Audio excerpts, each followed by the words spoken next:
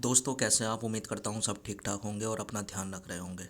अभी तक हमने अभी हमें ज़्यादा दिन नहीं हुए, फिर भी हमने उत्तराखंड में बहुत कुछ कर लिया। देखिए, तैयारी का जो मज़ा है, तैयारी में बैलेंस होना चाहिए। आप किसी चीज़ में अच्छे हो जाओगे, किसी चीज़ में बेकार हो जाओगे तो समस्या आती है। और रही बात क्या चीज़ है, क्योंकि इस बार जो मैं पढ़ाने वाला हूँ, अभी तक तो मैंने कुछ नहीं पढ़ाया, सही बता रहा हूँ, कुछ नहीं पढ़ाया। ठीक है। इस बार मेरा एक ही टारगेट रहेगा, क्योंकि ये आखिरी बार है। टॉपर माइंडसेट से पढ़ाऊँगा। मुझे नीचे की आदत ही नहीं है कि एग्ज़ाम निकल जाए या नौकरी लग जाए, नहीं। ठीक, करेंगे तो बेस्ट करेंगे। अभी तक कोई एग्ज़ाम वगैरह फाइनल सफलता नहीं मिली, लेकिन इस बार अगर मिलेगी तो ऊपर से ही लेना है मुझे। ठीक है, मुझे मतलब नहीं क्या कट ऑफ जा रही है क्या नहीं। तो स्टार्टिंग करते हैं आधुनिक इतिहास की। और मैंने कहा था कि मैं अब अपने तरीके से पढ़ाऊँगा। बहुत हुए चंपू पंपू वाले तरीके हैं, बीटेक का तरीका किसे कहते हैं। तो ये आधुनिक भारत के इतिहास में कथन है। और ये जो वीडियो है, मैं एक बात बताऊं, ये ऑल ओवर इंडिया में पूरे यूट्यूब को खंगाल लो, ये इस तरीके से कोई नहीं पढ़ा सकता, क्योंकि इसमें महीनों की मेहनत लगी है।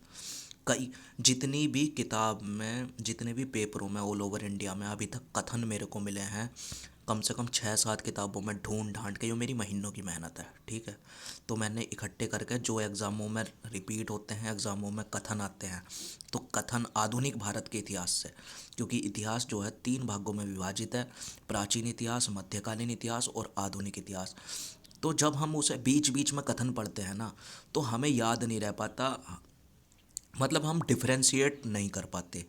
जैसा हम बचपन में पढ़ते थे, सारी राजधानी पढ़ते थे, तो ऐसा नहीं पढ़ते थे सारी राजधानी एक जगह लिख के पढ़ते थे, तो सारी की सारी राजधानी याद हो जाती थी। ऐसा नहीं पढ़ते थे कि एक राजधानी पढ़ ली, एक फिर कुछ और क्वेश्चन पढ़ लिया, फिर कुछ और, हम सारा एक साथ पढ़ते थे। तो यही बी टेक वाला तरीका है, टेक्निकल वे क्या चीज़ है इतिहास को पढ़ने का। ठीक। तो ऐसी वीडियो आपको यूट्यूब से नहीं मिलेगी, बहुत ज़्यादा मेहनत है। बस ये है, मेरा आखिरी बार है और मैं चाहता हूँ कि इस बार मैं अपना जो है ज्ञान संपूर्ण रूप से दूँ। अभी कुछ नहीं दिया है, इसलिए मेरे को दुख भी होता है कि यार एग्ज़ाम नहीं निकला करके ये वो, लेकिन अब के कुछ नहीं, आर या पार खेल लेंगे। ठीक है। तो ये है कथन आधुनिक भारत इतिहास के, यानी मॉडर्न हिस्ट्री के। उत्तराखंड के जितने भी पेपर होते हैं उसमें क्या चीज़ है, एक या दो कथन पूछा जाता है। अब कौन सा कथन पूछ लें ये आपको नहीं पता होता है, केवल चुनिंदा लोग ही उस क्वेश्चन को सही करते हैं। ठीक है। आप वैसे तो सोच रहे हो कि आपको टॉप करना है, टॉप करने के लिए एक बात ध्यान रखना, जो लोग चल रहे हैं उनसे 10 कदम आगे चलना होता है, तब आप टॉप करते हो। अगर उनके जैसे ही चलोगे तो भीड़ का हिस्सा बन जाओगे, और भीड़ का हिस्सा नहीं बनना। ठीक है। चलिए स्टार्ट करते हैं। और इसमें मैंने ना सामने आंसर नहीं लिखे हैं, क्यों? क्योंकि इस बार में क्या चीज़ है, एग्ज़ाम से एक महीने पहले बस मैं ये देखूँगा, इसे ऐसे एज अ टेस्ट सीरीज की तरह जो है मैं इस्तेमाल करूँगा इसे। ठीक है। केवल टेस्ट सीरीज की तरह आंसर मैं अपना आप लिखूँगा, और आंसर मैंने एक पन्ने पर लिख रखे हैं और वो चेक करता रहूँगा। चलिए स्टार्ट करते हैं, क्योंकि बहुत धांसू वीडियो होने वाली है। यहाँ से एक दो क्वेश्चन आएगा जो उत्तराखंड में हिलता नहीं है, किसी से भी, किसी से नहीं हिलने का यार।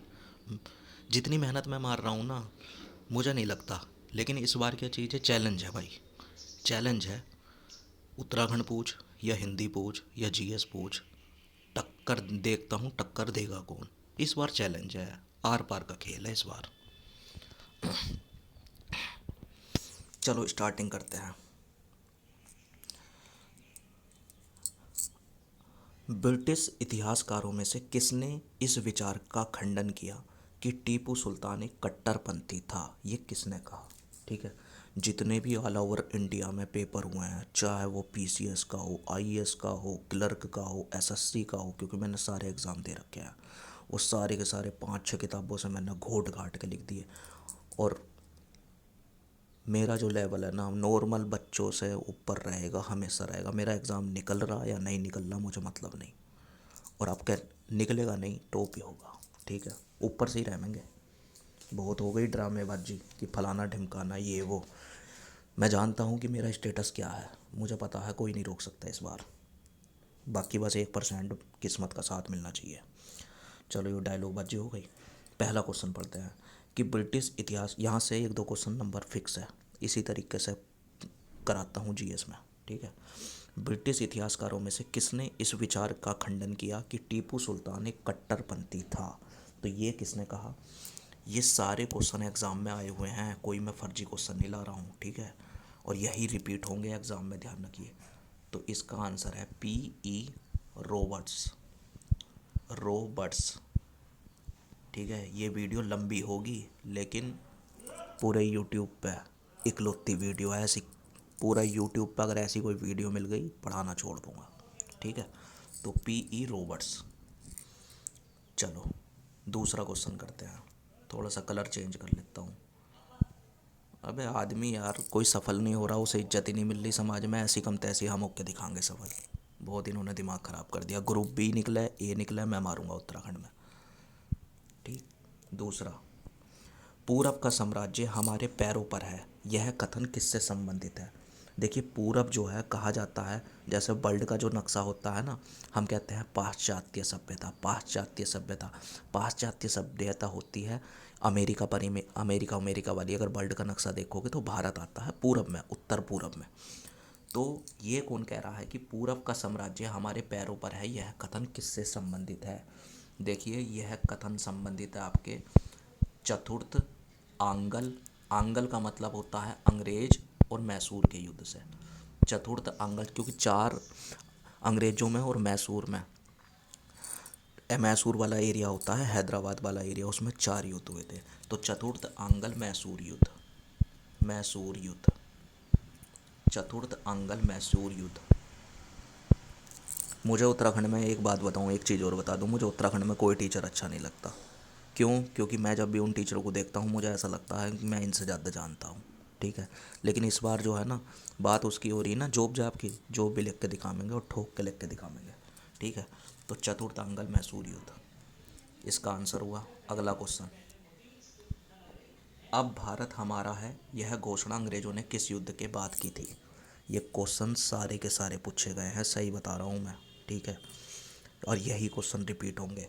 अब भारत हमारा है, यह घोषणा अंग्रेजों ने किस युद्ध के बाद की थी, ठीक। तो बस ये पूछने का तरीका है, इसका आंसर भी चतुर्थ आंगल मैसूर युद्ध है, यानी अंग्रेजों का मैसूर युद्ध, ठीक है। इसका आंसर भी चतुर्थ आंगल मैसूर युद्ध है, ठीक है, चतुर्थ आंगल मैसूर युद्ध। अगला देखो, किसने कहा था कि ईश्वर की इच्छा थी कि मैं सभी धर्मों को एक निगाह से देखूं, इसलिए उसने दूसरे आँख की रोशनी ले ली?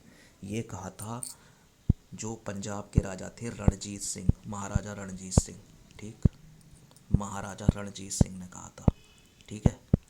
क्योंकि उनकी एक आंख जो है उसकी रोशनी चली गई थी, तो उन्होंने कहा कि बस कि मैं, मतलब मेरी, चलो ठीक है वो हो गया, इसे क्या डिस्क्राइब करूँ, ये तो कथन ही है।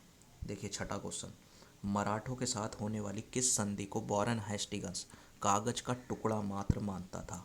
जब ये क्वेश्चन आ गए ना तो हवा निकल के हाथ में आ जाएगी, ठीक है, हवा निकल के हाथ में आ जाएगी। पूरे उत्तराखंड में मैं बता रहा हूँ 1% बल्लक से भी कम इसे सही कर पाएगा, ठीक है। अभी तक तो मैं अपने ईगो पे आया ना था, लेकिन अब आ गया हूँ मैं, और इस बार चैलेंज है, चैलेंज है खुला, ठीक है। क्योंकि मैं आपको बता रहा हूँ, कभी कभी क्या होता है, उत्तराखंड जी के उसने आसान पूछ ली, वो जीएस को इतना टफ कर देगा कि हवा निकाल देगा। और मैं कह रहा हूँ जितना दम है उतना टफ कर ले इस बार, ठीक है। क्योंकि बेटा अब हमारे पास कुछ है नहीं, ऑप्शन नहीं है हमारे पास। मराठों के साथ होने वाली किस संधि को वॉरेन हेस्टिंग्स कागज का टुकड़ा मात्र मानता था, ठीक। तो छठा क्वेश्चन का आंसर है पुरंदर, पुरंदर की संधि हुई थी, इसे जो है वॉरेन हेस्टिंग्स जो है कागज का टुकड़ा मात्र मानता था। और आपको बता दूं 25 से 30 किताबें, 25 से 30 प्रकार के नोट्स जो है ना मेरे पास हिस्ट्री के हैं, ठीक। अभी तक, अभी तक तो बस ऐसे नॉर्मल चल रहा था ना, मुझे चाहिए भाई, इस बार मुझे चाहिए, अपना देख लो हिसाब किताब, लेकिन मुझे चाहिए इस बार। बहुत हो गया ऐसी कम तैसी डीएलएड पीएलएड ये वो, 8वीं 9वीं क्लास के पेपर ये वो, तबीयत ख़राब है ऐसी करके, ये मेरी बस तबीयत सही रहे, बाकी तो ऐसी कम तैसी इनकी, ठीक है। साथ मैं इतना फेल हो गया हूँ कि मैं अब पढ़ूंगा तो टॉप के लिए भी पढ़ूंगा, मेरे लिए मेरे बस की बात नहीं है कटॉप सटॉप के चक्कर में पढ़ना, ठीक। सातवां क्वेश्चन, किस एक कवि ने प्लासी की लड़ाई को स्थायी दुख भरी रात कहा था? बहुत बार आया हुआ है, इसका आंसर है नवीन चंद्र सेन। यो video UPSC IAS level clerk सारे लेवल के लिए है, ठीक है। इसमें यो मत सोचना क्लर्क है। नवीन चंद्र सेन, नवीन चंद्र सेन, ठीक है आंसर इसका।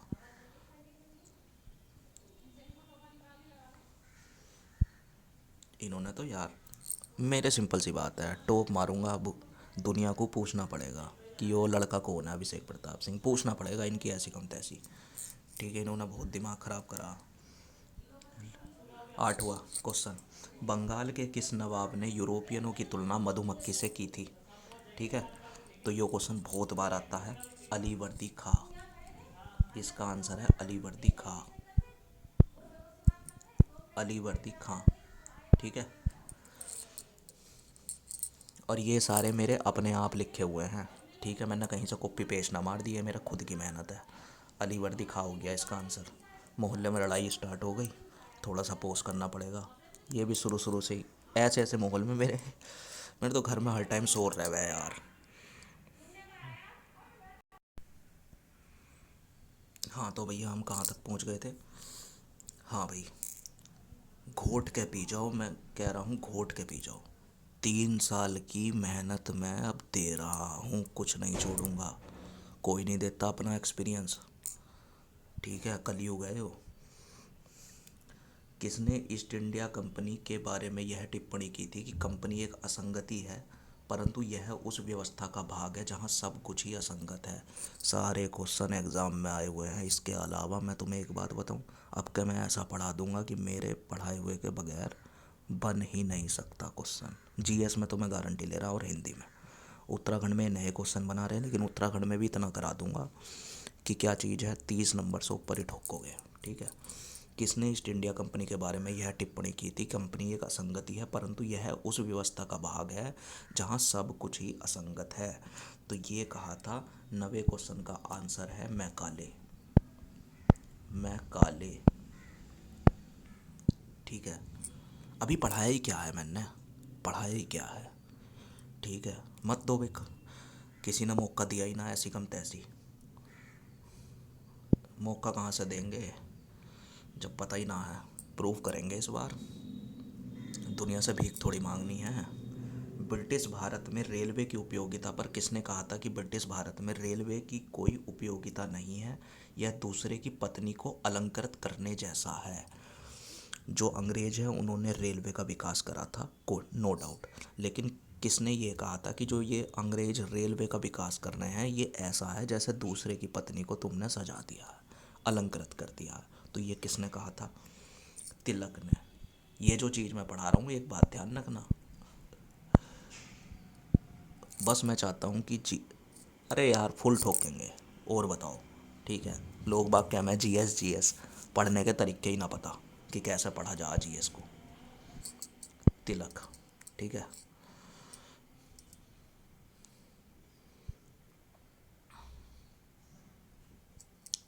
तिलक बोई बाल गंगाधर तिलक ने कहा था ये।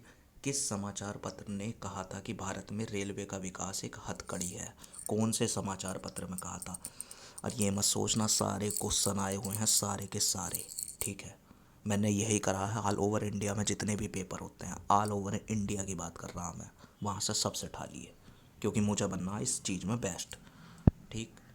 सहचर, सहचर एक समाचार पत्र था, इसने ये कहा था कि भारत में रेलवे का विकास एक हथकड़ी है, ठीक। और इस चीज़ से वो मत करना कि ज़्यादा पढ़ा रहा है भाई, टॉप करना है तो ज़्यादा पढ़ना पड़ेगा। अगर भेड़ चाल में करना है तो वही जैसे और कर रहे हैं वैसा करते रहो, ठीक है।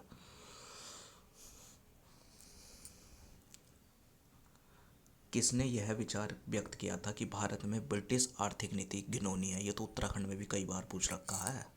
ब्रिटिश आर्थिक नीति घिनौनी है, कई बार पूछ रखा उत्तराखंड में। कॉर्ल मार्क्स है इसका आंसर, कॉल मार्क्स, ठीक है, बहुत बार पूछ रखा है। कॉल मार्क्स है भैया इसका आंसर। चलो अगला देखो।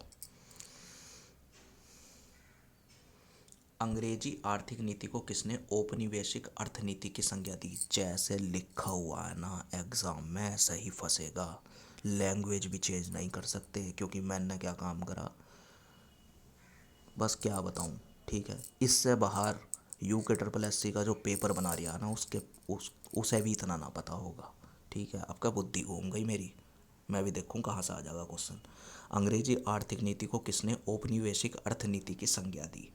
ठीक है, तो ये दी आपकी जवाहरलाल नेहरू ने।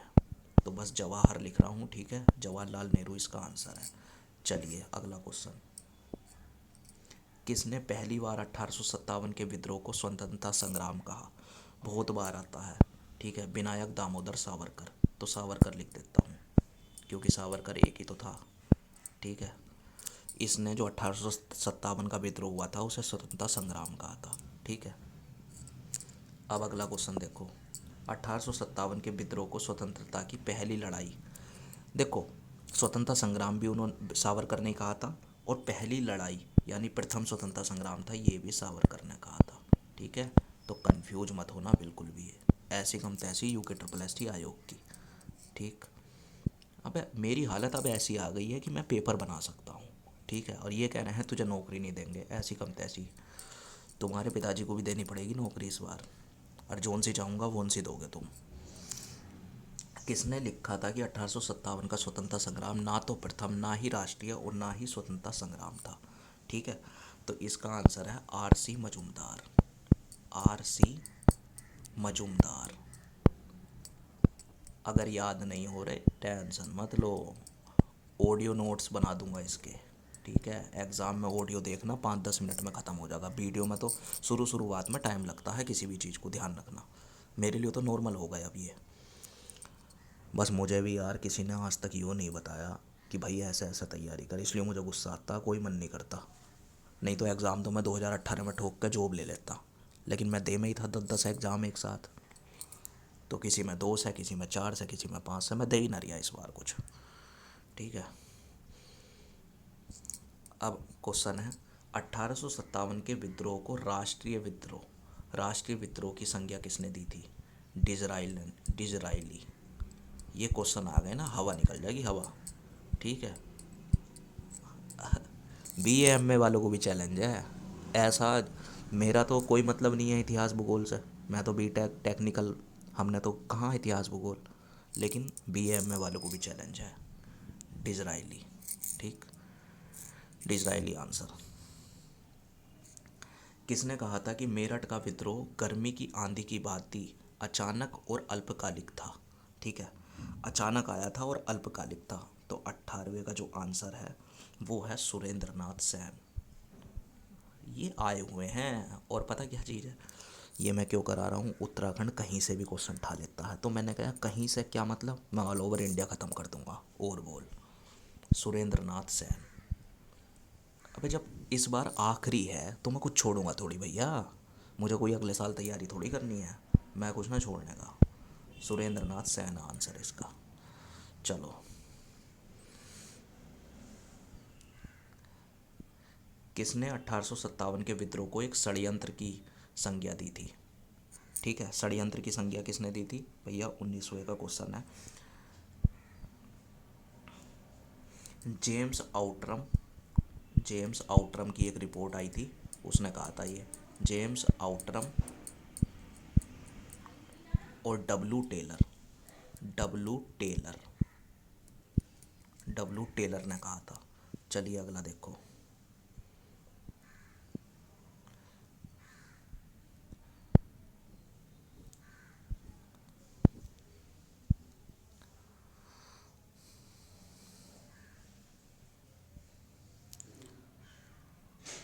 किस कृषक आंदोलन ने यह नारा दिया था कि सब भूमि का मालिक ईश्वर है? सब भूमि का मालिक ईश्वर है, ये किसने कहा था? ये कहा था बंगाल के फरियाजी आंदोलन। बंगाल के फरियाजी आंदोलन। फरियाजी आंदोलन ने कहा था। बंगाल के फरियाजी आंदोलन ने ये बात कही थी कि सब भूमि का मालिक ईश्वर है। ठीक है, यही क्वेश्चन आएंगे। ठीक है, टेंशन मत लो। किसने कहा था कि अच्छा शासन स्वशासन का स्थानापन्न नहीं है। ठीक है, मतलब ब्रिटिश का, अंग्रेजों का शासन चाहे कितना ही बढ़िया हो, उसमें कितनी फैसिलिटी हो, अपना देसी जो शासन है ना, खुद का शासन, उससे बढ़िया नहीं है। ये कहा था, ये कई बार आया हुआ क्वेश्चन, स्वामी दयानंद सरस्वती ने कहा, स्वामी दयानंद सरस्वती ने कहा। ठीक है, अब अगला क्वेश्चन, वेदों की ओर चलो का नारा किसने दिया? तो ये आपको पता है, दयानंद सरस्वती ने दिया, दयानंद सरस्वती ने दिया। ठीक है, सब ऑब्जेक्टिव ही तो है, लेकिन ऐसी कम तैसी ऑब्जेक्टिव कि हमें 4 ऑप्शन की ज़रूरत ही ना है, हमें सारे याद कर लेंगे हम तो। 4 ऑप्शन तो कन्फ्यूज करा है आदमी को। किस सामाजिक धार्मिक आंदोलन ने भारत, देखो अब ये मैं पढ़ दूंगा क्योंकि स्क्रीन छोटी है। किस सामाजिक धार्मिक आंदोलन ने भारत भारतीयों के लिए है का नारा दिया, कि भारत जो है वो भारतीयों के लिए है? यो किसने कहा? यो कहा आर्य समाज ने। सामाजिक धार्मिक आंदोलन आर्य समाज, आर्य समाज, उन्होंने कहा कि जो भारत है भैया वो भारतीयों के लिए है। ठीक है, तुम जहाँ जहाँ से आए हो सब निकल लो। ठीक है, एक जाति, एक धर्म और एक ईश्वर में विश्वास करता हूँ, किसने कहा? ठीक है, आया हुआ क्वेश्चन है, उत्तराखंड में पीसीएस में हो। ठीक है, फर्जी ना पढ़ाता मैं। तो ये कहा नारायण गुरु, नारायण गुरु ने। ठीक है, नारायण गुरु ने। ठीक, अगला, किसने कहा था कि यदि भगवान अस्पृश्यता यानी छुआछूत वाले को उसके सहन करते हैं तो मैं उन्हें भगवान नहीं मानूंगा? आया हुआ है क्वेश्चन। ठीक है, ये बाल गंगाधर तिलक ने कहा था। ठीक है, बाल गंगाधर तिलक। मेरे पास कम से कम अभी तक 150 कथन हो चुके हैं, लेकिन वीडियो लंबी बन जाएगी, इसलिए छोटे छोटे भागों में आज ही सारी डाल दूंगा। आज का हमारा टारगेट यही है। ठीक है, धन्यवाद। और यार ये जो डायलॉग वायलॉग लगा है ना, अंदर से एक आग है, इसलिए ये डायलॉग लग रहे हैं। बाकी मेरा तो बोलने की भी इच्छा नहीं है, सीधे करके दिखा दो, बात खत्म। शांत रहना है, पीसफुल रहना, अपनी तैयारी करते रहना। कोई साथ दो मत दो, सपोर्ट करो मत करो, विश्वास करो मत करो, कोई फ़र्क नहीं। ठीक है, जिसे चलना है वो चल कर रहे।